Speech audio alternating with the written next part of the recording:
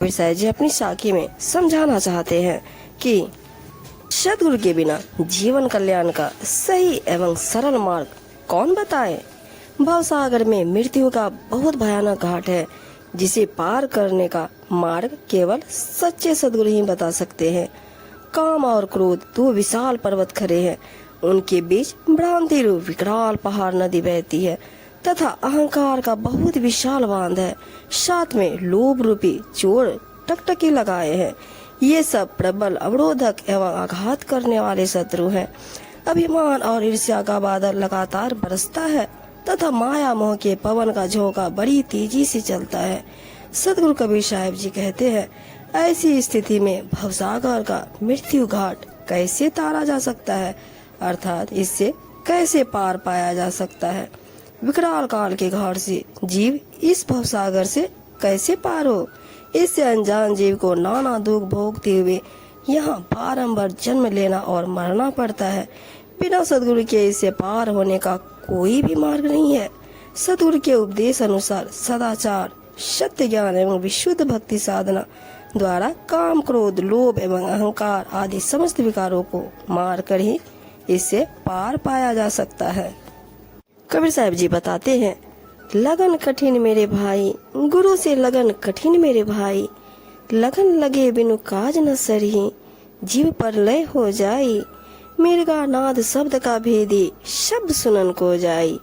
सोई शब्द सुनी प्राण देते, तिनको ना मन में डराई। साहब जी बताते हैं, हे मेरे भाई, सदगुरु से सच्ची लगन प्रीति लगाना और उसे सदैव निभाना अत्यंत कठिन है। सदगुरु से लगन लगे बिना कल्याण कार्य सिद्ध नहीं होता और जीव महाविनाश में चला जाता है।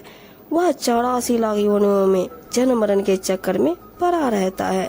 सच्ची लगन के संदर्भ में मृग का उदाहरण देते हुए कबीर साहब जी बताते हैं, जो नाद शब्द का बड़ा रसिक होता है, वह जब वादिक शिकारी द्वारा मृग को सुनाने के लिए विशेष प्रकार का नाद यानी कि बाजा बजाया जाता है, तो वह उसे सुनने इधर उधर चला जाता है।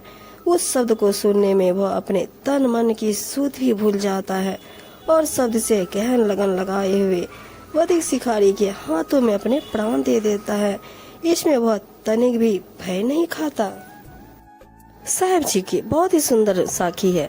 स्वाति बूंद लिए रटत पपीहा, पिया पिया रट लाई।